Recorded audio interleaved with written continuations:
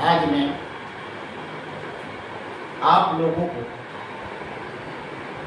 8वां class के English book Honey due का first lesson the best Christmas present in the world, जिसके लेखक हैं राइटर माइकल मोर कुर्बू। और इस कहानी में जीन मॉरफर्सन नाम के एक इंग्लिश आर्मी है और इनकी पत्नी का नाम है मिसेज जीन मॉरफर्सन, जिसे कोनी भी कहा जाता है।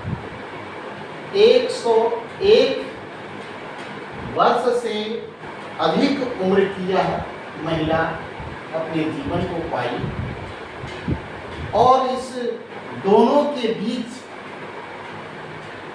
कहानी सुनाने में, दोनों के बीच संवाद पहुंचाने में ये एक नैरेटर का काम है। और इस कहानी में एक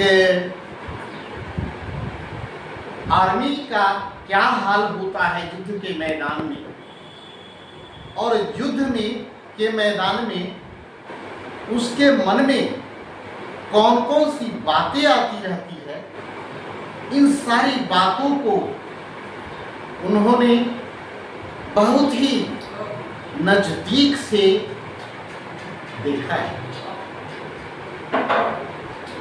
युद्ध के मैदान में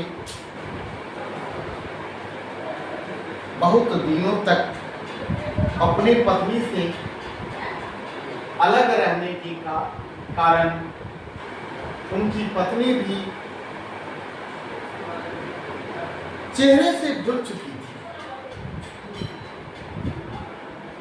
और जब यह अपनी पत्नी के नाम से एक पत्र लिखता है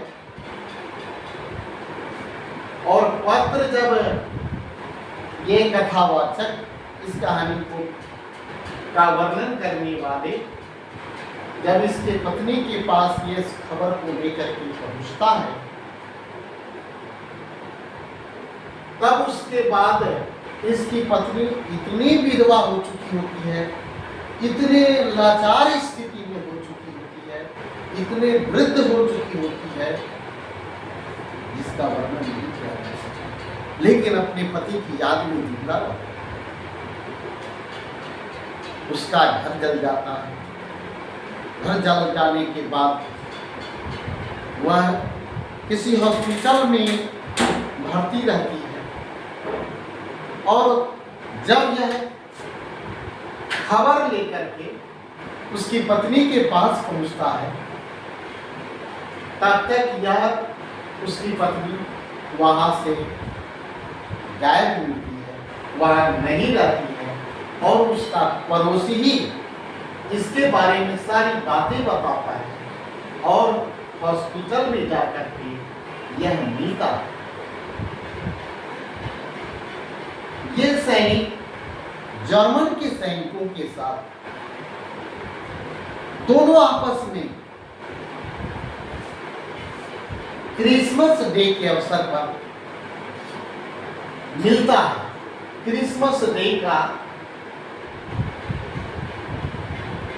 प्रत्येक वर्ष 25 दिसंबर को मनाया जाता है और क्रिसमस डे के अवसर पर ये सैनिक और जर्मन के सैनिक आपस में मिलते हैं, गले लगते हैं और एक दूसरे के साथ बहुत मजे से समय बिताते हैं, साथ साथ खाते पीते हैं और पुनः अपने प्रत्येक वर्ष की भांति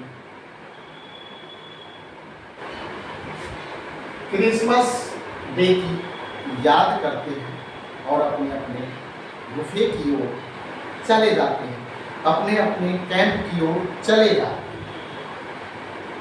और जब ये कथावाचक नैरेटर इसकी पत्नी को खोजते हुए जब हॉस्पिटल में पहुंचते हैं तो वह एक व्हील चेयर पर बैठी हुई बिल्कुल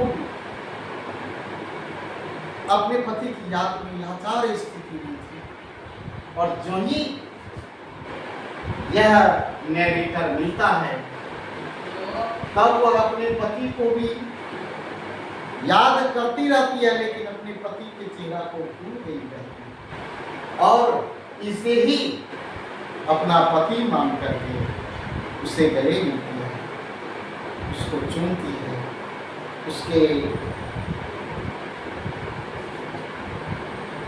प्यार से उसके साथ बात करती है और तब वह अपने बीते समय को भूल चुकी होती है।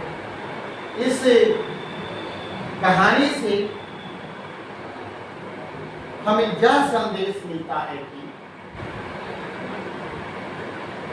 युद्ध किसी भी दो देशों के बीच हो या दो से अधिक देशों के बीच हो, समस्या का समाधान नहीं है।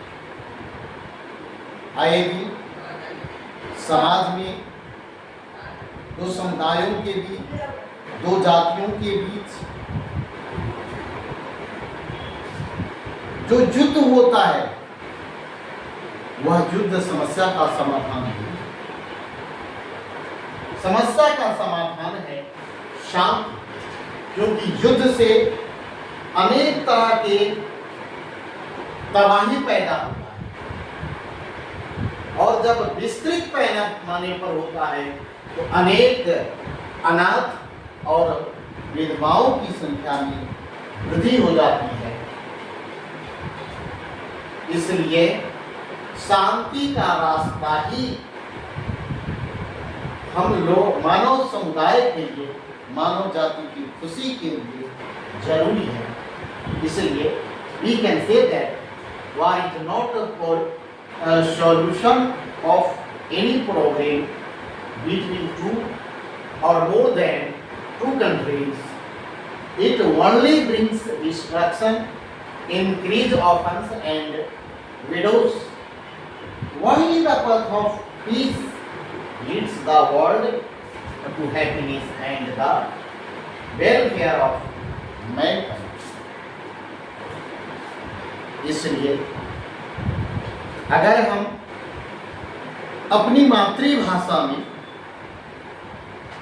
किसी भी इंग्लिश कहानी को अपनी मातृभाषा में अगर हम समझ जाते हैं तब उनकी उससे संबंधित सारे सवालों का जवाब हम इजीली दे सकते। इसलिए प्रत्येक कहानी को 2-3 बार सुनने का प्रयास करना चाहिए ताकि हमें उस कहानी की सारी बातें याद हो जाए और हम अपने वर्ग में हम हिंदी में ही अपने वर्ग में उस कहानी की चर्चा आसानी से कर सकते।